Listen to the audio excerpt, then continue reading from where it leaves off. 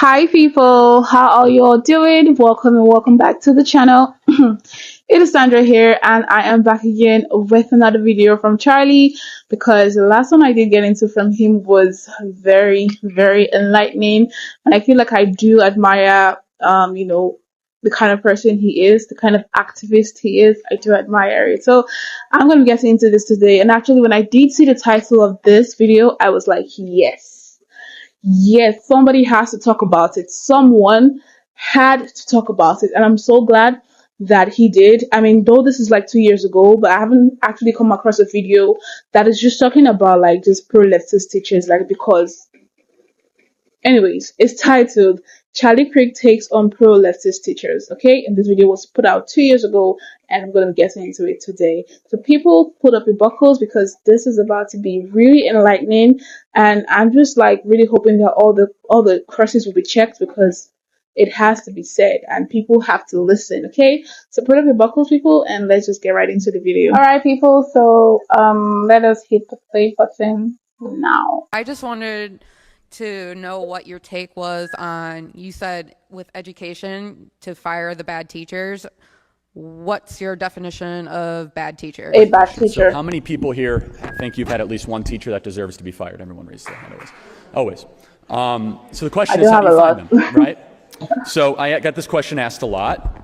Here's the interesting thing. So when President Obama was running for president in 2008, one of his big things, he said it over 40 times, was that we need to have a system that rewards good teachers and fires bad ones. But the question is always, how do you find the bad ones? So is it test scores? Probably not. Is it, peer evaluation? The best metric is you have teachers grade teachers and you have parental input. Here's the thing. You know the really bad teachers. Those have got to go. I had teachers earning $150,000 a year, barely showing up for class, teaching gym, doing nothing, being completely lazy. They're a drain on the school budget. They're a drain on the local community, and they should be fired instantaneously. The problem is, under current teacher tenure laws in certain states, in most states, they are protected by contracts designed by teacher unions that make it nearly impossible to fire bad teachers. If they're not productive, they don't put time in. So I would support reform and a system that allows really good teachers. Here's the thing. Some teachers, this might be a surprise to some of my liberal counterparts, so I had public school teachers that changed my life, that did unbelievable amount of work. They got in at 6 a.m. every day. They worked their tail off. Then I had teachers that would take half the year off. They just didn't care. They were bratty. They thought it was horrible. And yet the one that didn't put in as much effort was earning more than the person that was just there. Yeah. That is not the way that we should reward, I believe, teachers in this country. Teachers are modern day heroes. I'm very pro-teacher, very anti-teacher union. So I think that's the big distinction. So. What about professors? Professors? Yeah, like college, at the college I believe this similar thing. I think that we currently have a system that rewards professors that want to write their book and sell it back to their class. I think that's it's a fair point. It's also rewards professors that do most studying and not actually engaging with their current class. Here's the problem: is that most college freshmen are taught by TAs, teachers assistants. So they're getting something. They're paying for something they're not even getting. I think measuring value in a professor should be different than that of a teacher, but here's the big difference: is that public school teachers in K through 12 education have to be held to a different standard than professors. It just has to be. There's more K through 12 teachers than there are professors, a lot more, almost 10 to 1 ratio. Okay, but with the whole point on the TAs, they're usually doctoral students. Yes. That are turning into professors. So why is that a problem? How are the TAs supposed to? Because when you start to have class sizes that are 500 people and plus, when you have TAs that are not yet masters on the subject that you're paying a pretty penny on, that deserves question. Because you are going to college to learn from subject matter experts in an environment where you can dive deep into that particular topic, so on and so forth. So if I'm paying, or I'm being forced to pay, $800 for this sociology class or human studies class, and I'm getting taught by a TA with 800 people in a lecture hall this big, that there's something I think wrong with that. I think because you're paying a pretty penny for something that is then very, I would say, inadequate.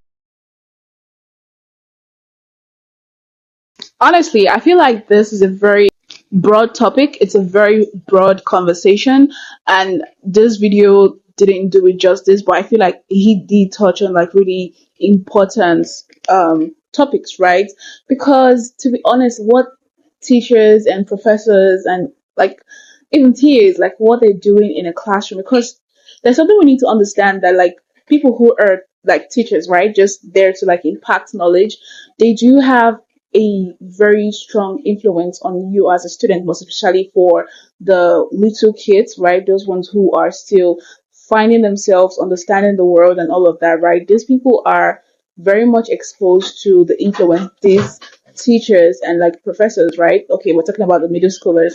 These teachers have on them, because you cannot put someone who is not putting their jobs first in charge of like people who are still finding themselves, to be honest. Because you see, like I have seen cases of like a classroom where we should be focusing on something academic, right, or something that has to do with like social skills or like just nature and stuff, and then we're talking about like politics or like politically incorrect statements or gender or races. Like, why? There are certain things that people are meant to learn personally, or they're meant to learn outside the classroom. And certainly these things you're talking about, they're not what is in like the curriculum or like in the academic year. Like, it's not what that is not the place for it. Okay. And I've been seeing most of these things. I don't see like the school heads addressing it, and it's seeming like, okay, this is like a system that's accepted by like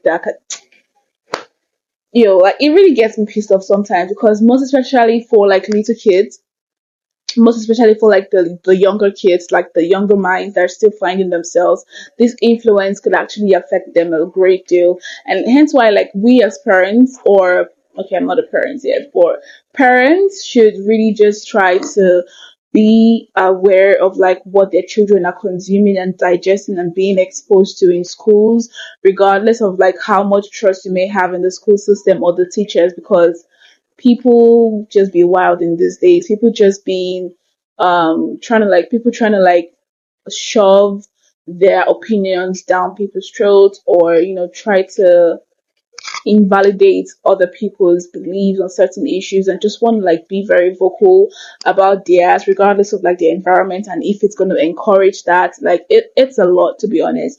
But I'm very glad that Charlie got into this, and I did love how like the questions were very like straightforward and his responses were like on the head. But I feel like this is such a broad topic that needs a longer interview, to be honest. But we did get into this. Thank you so much for joining me. I really hope you guys had a good one, and put down your comments, your thoughts, and anything of that sort you would love to share. And please do not hesitate to subscribe to this channel if you get to do that, because it really does help the video and my channel in general. And I'm really appreciative if you all just help me on here. And with this being said, people, let's keep on staying safe and healthy. Hopefully, upon to the very next one, we all come back here and put our heads together. So yeah, so bye.